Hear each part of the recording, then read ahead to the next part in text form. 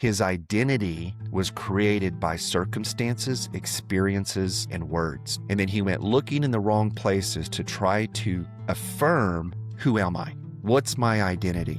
And ultimately, it corrupted him in such a way that he wanted power, he wanted influence, and he wanted to be an authority. He wanted to argue the scriptural basis of things, whether you call it theology, doctrine, eschatology, all the ologies, right? That make us sound really, really important. He wanted to be able to do that. He was smart. He was a teacher, right? And that became his identity. But you know what was missing? Authenticity, love, kindness, grace, compassion, humility, selflessness, joy, forgiveness, vision. Like he had all these things, but he knew nothing of the love of God. Well, welcome back to episode 3 of the Release Podcast. And I'm actually recording this back to back. So this is just the day after episode 2. And we talked about counterfeits. And, after I do these, I have to go back and add the music and all that fun stuff. So, I have to listen to my own self talk. But when I was thinking about that, going through it, man, there's felt like it was a little left undone. There was more to say about that. So talking about the counterfeit, I mentioned many times about identity or, that validation. Where do we find validation, I guess, is more of when we look at the things that can be counterfeit, when we look at the things that we hold on to, we're doing that because we're trying to find what validates me. And I mentioned identity, and identity, oh man, I don't think it's something that we think about. Like we don't go, oh, hey, what do I think my identity is?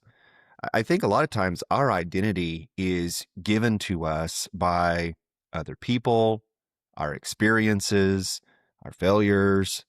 A lot of different things go into creating who's Scott, right? Fill that in with your name. Who are you? And I said, you probably never stop to think about that. Well, I'm Scott. And then that's the piece, right? If you're listening to this right now, maybe hit pause before you hear me finish what I'm going to say. Pause now and answer that question. I'm your name, and this is who I am. Okay? It could be a really sobering exercise because when you answered that question, and again, I hope you paused. If you didn't and you're still listening, please hit pause and answer that question because it's going to make, I think, this podcast much more valuable to you. So I'm Scott. Now, I don't know, 4, 5, 6, 7 years ago, I would have answered that differently than I would today. And I believe that's okay. Like as we grow and become more who we're intended to be, our authentic identity, it is going to evolve and it's going to change. But I can do this better if I go back 11, 12, 13 years ago. If you'd asked me that question 13 years ago, Scott, who are you? I would have said, well, I'm Scott Craig, and I work for X company, and I travel all over the nation. I am a national director of training, and I also am a category manager for products.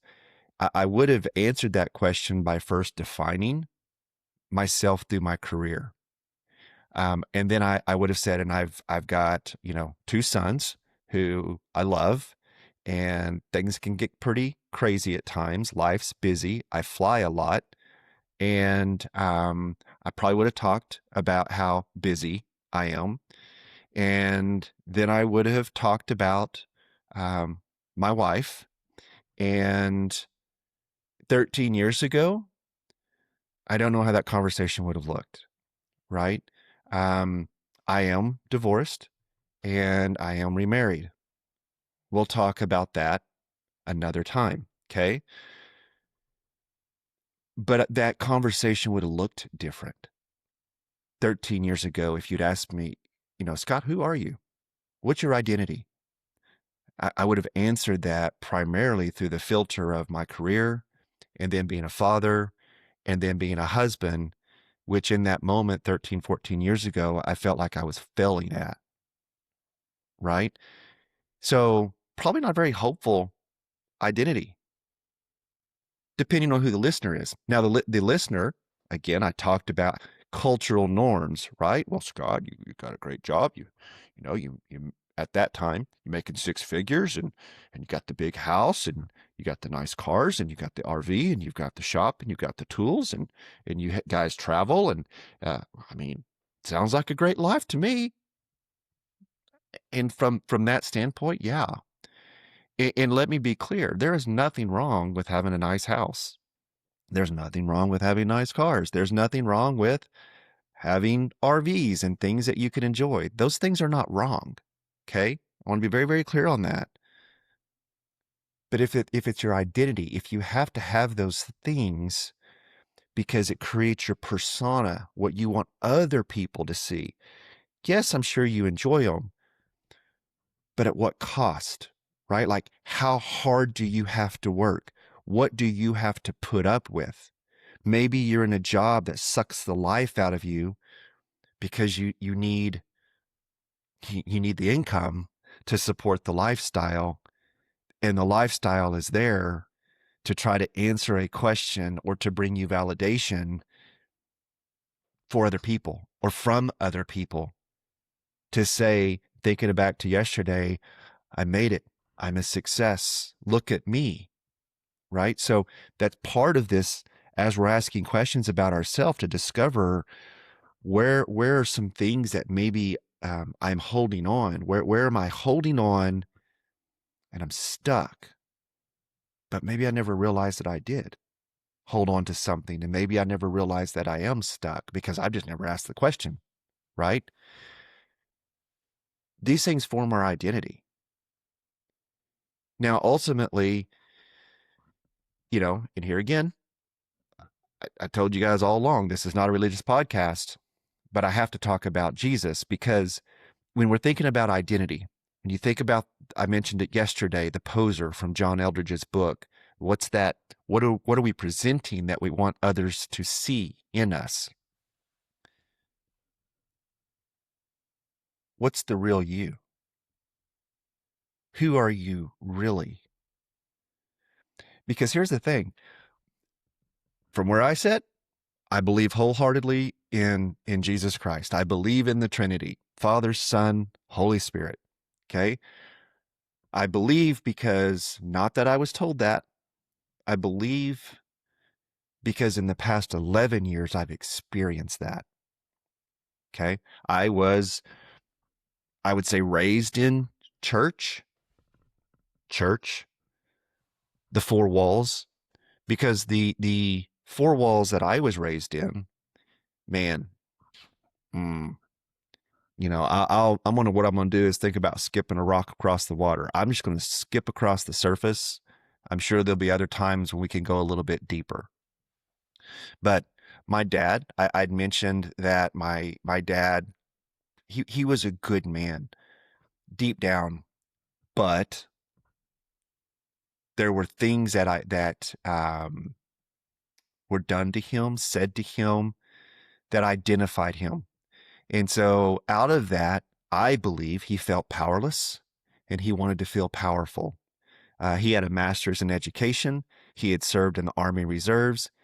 He was a good man, but I think he believed he wasn't.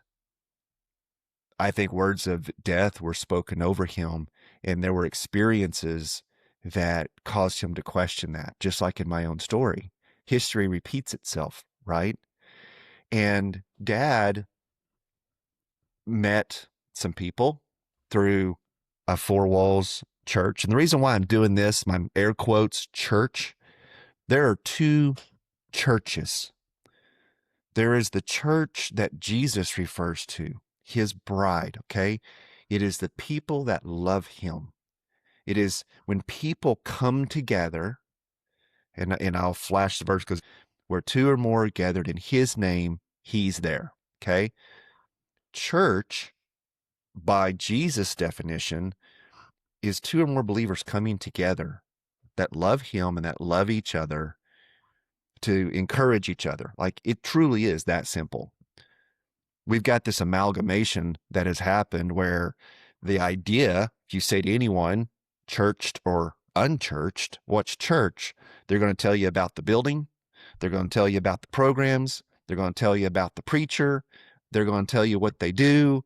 Then they may tell you, oh, I have to serve. I serve every Sunday. I'm worn out. I'm a volunteer. Like the amalgamation of what Jesus intended has become a business, right? And so it's not to get off on that tangent, but I say that because my dad, like that was supposed to be the safe place, right? Like I feel lost, I feel hopeless. Here's a church, and then the preacher, right? Preacher, air quotes, um, was kind of self-appointed, right? He, man, power tripped. It was really more about power tripping. It was about control, but he told a good story, right? Told a good story. And my dad was made the worship leader, so he got to lead the music. And it spoke to something in my dad that was looking for, I want to be seen. I want to know that I'm not lost. I'm not worthless. I want some kind of power. Ooh, he was given a position of authority, right? And then that church split, and another man, self-proclaimed preacher, started a church. Okay. And there was this grand idea of we need to get away from the world because the world is just corrupt. So here's a cool idea. Let's move as many families as we can to a very remote area and live communal. I know exactly where your mind just went, right? And rightfully so. Now, it wasn't Waco, Texas. It wasn't Ruby Ridge, but it wasn't far off. All right. But my dad fell into that trap because, one, he felt seen. He felt like he had a tribe and they were telling him everything he wanted to hear. In some twisted way, he felt like he was doing God's work. Like I remember he had this big bookcase and it had all the commentaries. It had Charles Spurgeon. He had all kinds of stuff by John Calvin, like just commentary upon commentary. Had his King James Bible, right? And he would just pour over all of this stuff. And he would go months without talking to me and my sisters. We actually became, I think, something he despised. And, as a son, I want my dad, but my dad was absent. He was in the home, but he was absent. I don't believe he did this on purpose. I don't believe my dad was a bad man. I think he was confused. And I know his identity was created by circumstances, experiences, and words.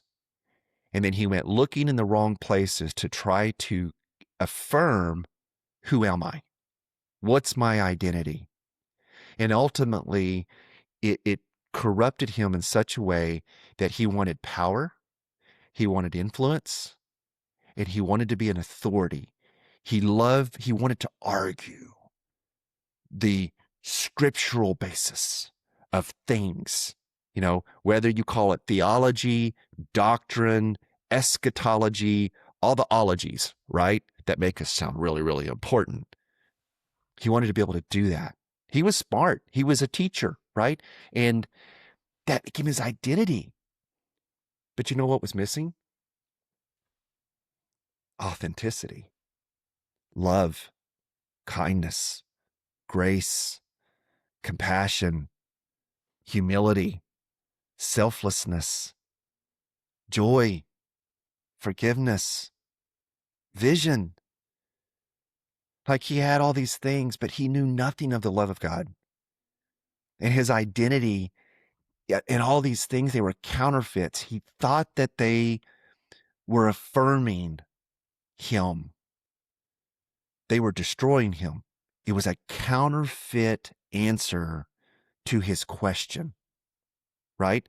And so it defined his identity. Now, thankfully, I'm not going to leave you there like my dad was just lost. He did eventually change. He repented and he tried. And he tried successfully to right that ship. But he didn't have too many years. From the time that my dad, I believe, was brought to rock bottom because he saw how much he had lost, um, and turned, repented, started to pursue the love of God, God's forgiveness from his children. Um, Found out not too long after that he had pancreatic cancer. So I think there was like only a 5-year window where I was able to rebuild that life with my father. And I'm thankful for that. And then he passed. Okay. His life did make a difference. Even the bad choices, even all the years of getting it wrong and the misunderstanding and not being who he was truly meant to be, those years were redeemed. And I mentioned that yesterday. God doesn't live in our timeline. He's beyond time, and he redeems things so well. So well. Don't ever think that it's lost. Your past, your mistakes, your I got it wrongs, your I didn't knows, they're not lost. God can take that and turn it into such a beautiful story. And I'm not just trying to blow smoke up your britches and make you feel good. I've experienced this. Okay. So the identity I mentioned yesterday, I'll transition a little bit. I mentioned yesterday, kind of as I opened, there were two things that was, you're a failure and you're a faggot. My dad was the one, and again, he was broken. Okay. Hurt people. And whenever I said, I don't think the people who said what they said knew how deeply it would affect that person, me. My dad was the one who said I was effeminate. Man, you want to talk about an identity definer? A brutal attack from the enemy. Have your dad tell you in an unkind way you're effeminate, right? Then, I mentioned this, let's move to Arkansas, and there were just things, hatred, the whole premise of that commune type lifestyle was based in fear and hatred, right? Anti Anti-homosexual, racist. I mean, it was bad stuff. All right. Um, but there were boys in that group, and I was really, really skinny, awkward, gawky. And at that time, like in the 80s, AIDS was on the scene, and it wasn't really understood well. But there was this, I guess, stereotype that if you had AIDS, you were skinny and you were gay, right? I was skinny and just, you know, unfortunately, kids and hatred and the way that they were being raised, you're a faggot. And it wasn't just the kids, right? Some of the adults condone that. And so that's how I saw myself, right? And I looked in the mirror and that's what I saw is a skinny.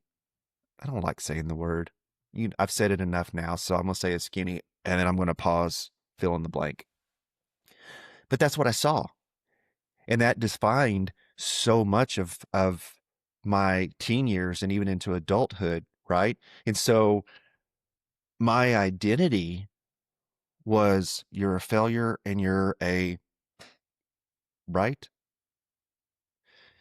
So then you're looking for the other things to prove that wrong. I talked yesterday in career and being a salesperson. That answered one question. The other part was this, but I'm effeminate. I'm this. That's what I've been told I am. No, I'm not. So Yes, in this podcast, guys, look, here's the thing. I'm going to talk about stuff that doesn't get talked about in religious circles or most four walls churches because, we don't talk about that stuff. I'm talking about it here. So I guess this is my advance notice. If you got kids in the car, you might want to pause it here, hear what I'm going to say, and then decide if you want to let your kiddos hear it or not. All right. I was introduced at a very young age to pornography. Now, I told you guys the enemy doesn't play fair at all.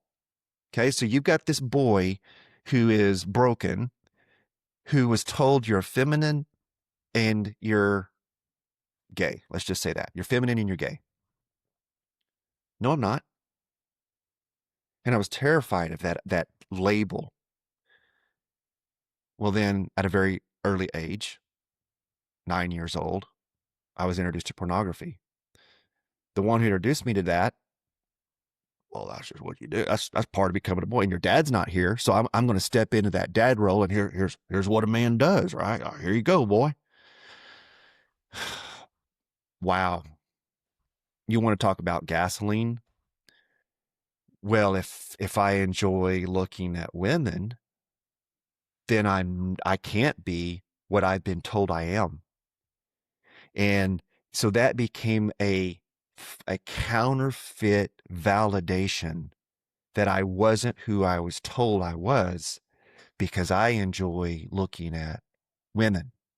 So that carries on through. And of course, think about this. Think about all the fear. Back at that time, pornography was not as readily available as it is right now, right? It was like magazines or you had to have satellite TV. So, I knew where the magazines were at. And then grandma and grandpa get satellite and where it goes from there. And so it became like this medication, a counterfeit to soothe this pain of what I thought I was.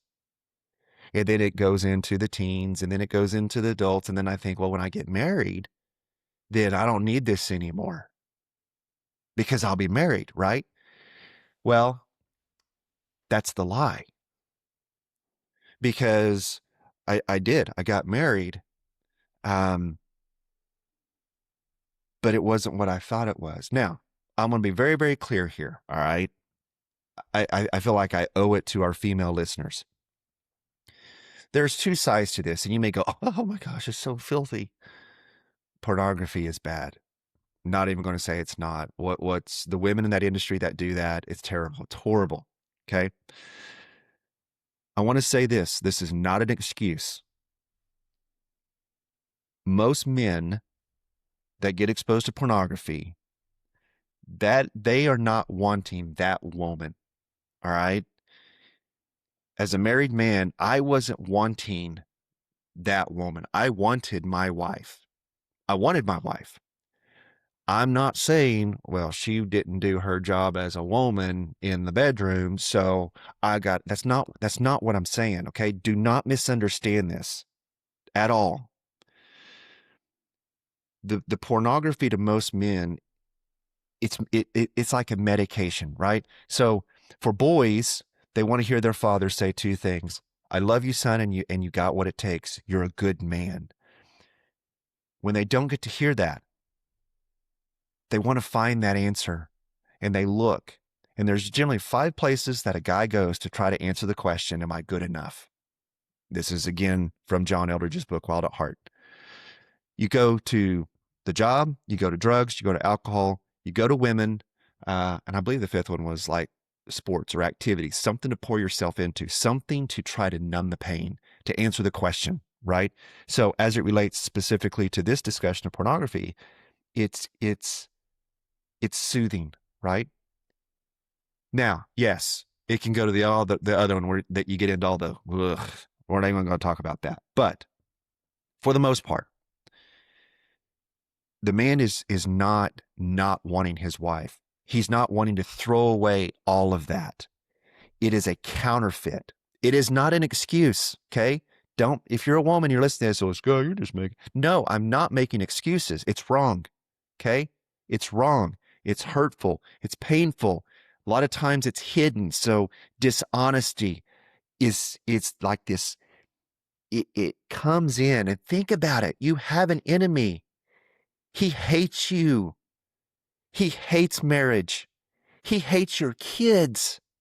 You want to know why? Because you're an image bearer of God.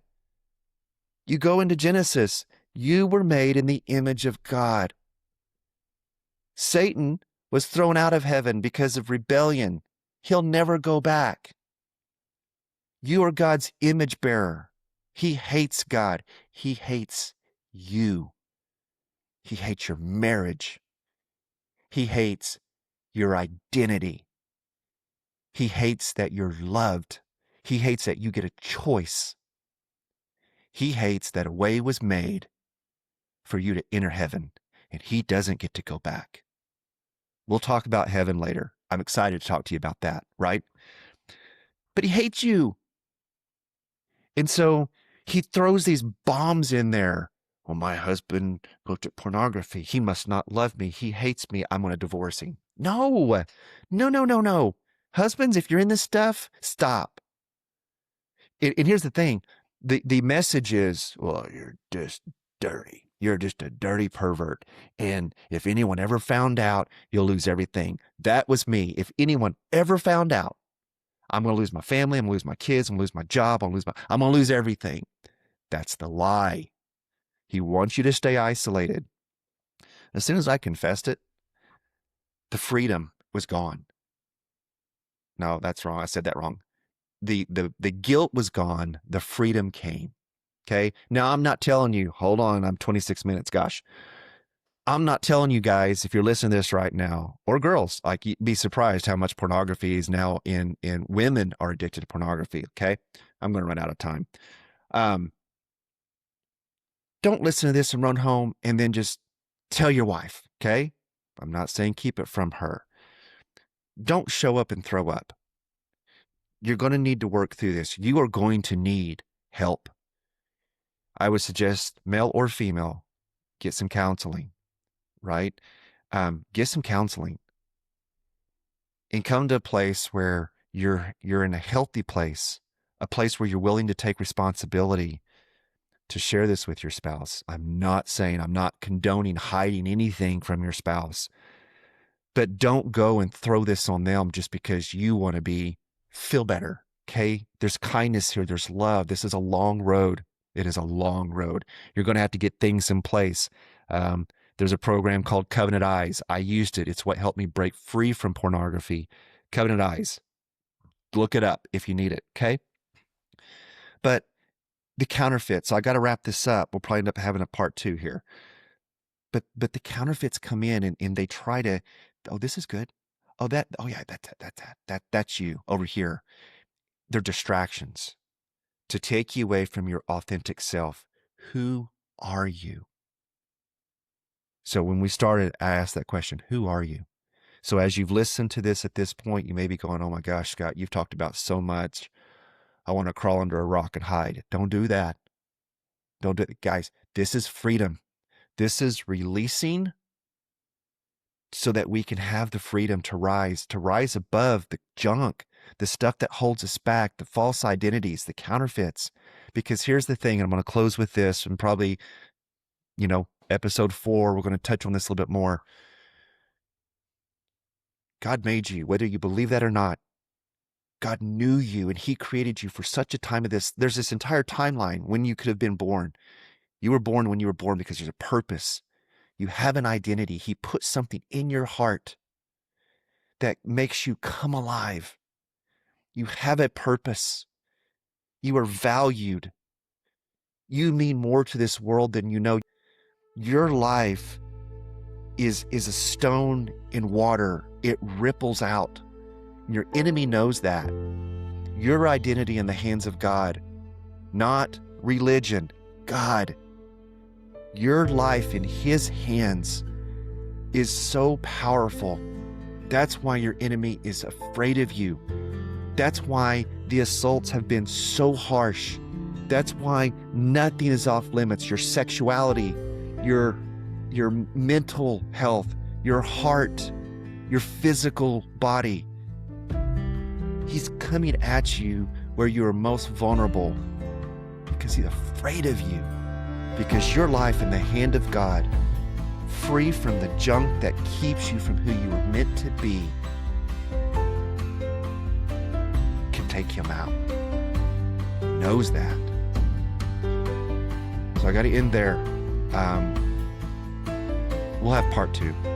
All right, guys. Hope it wasn't too heavy, but really got me thinking yesterday. So you're loved, and soak in this. Email me. We'll continue the conversation.